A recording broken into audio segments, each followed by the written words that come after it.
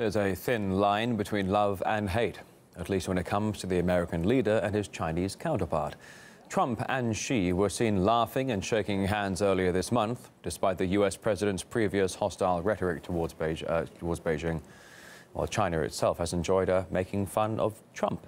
For example, this bird is in one of the country's zoos that became an internet star for its resemblance to the US leader, while this sculpture here of a giant rooster became even more of an attraction for its hairstyle. And these masks, well, this production is going into full steam. But as RT's Emily Sue reports on how China is reacting to Trump's sudden show of affection towards Beijing. Before Donald Trump became president, he looked like a man who hated China. They take our money, they take our jobs, they take our base. We can't continue to allow China to rape our country. I don't want China dictating to me. But lately, for some reason, President Trump's been all love for China. The relationship developed by President Xi and myself, I think, is outstanding. We had the most beautiful piece of chocolate cake that you've ever seen, and President Xi was enjoying it. And I think long term, we're going to have a very, very great relationship, and I look very much forward to it. I mean, just check out the luxurious menu the Chinese president enjoyed at Trump's Mar-a-Lago golf club last weekend. Xi Jinping got to choose from pan-fried Dover sole and New York steak for the main course, then chocolate cake and sorbet for dessert.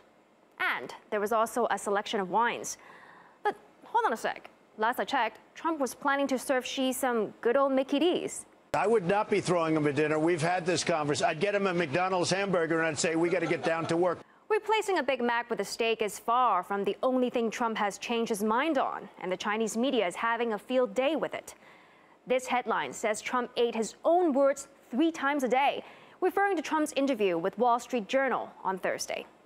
This one went further, saying Trump slapped himself in the face again for changing his tune on Federal Reserve Chairwoman Janet Yellen, and more importantly, for not labeling China as a currency manipulator anymore. And of course, just a month ago, Trump accused China of doing nothing about North Korea. But a month later, he's confident Beijing's doing everything it can.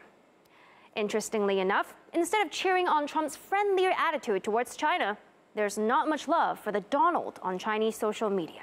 This is a disclaimer. After 2 months of careful observation, it's now clear that Trump isn't a crazy dog like they say. He's just a foolish one. Is Trump a spy sent by Beijing? Trump is a two-faced politician. You can only be a politician if you're capricious. Looks like instead of cashing in on Trump masks, Chinese factories should think about making a profit on Trump flip-flops.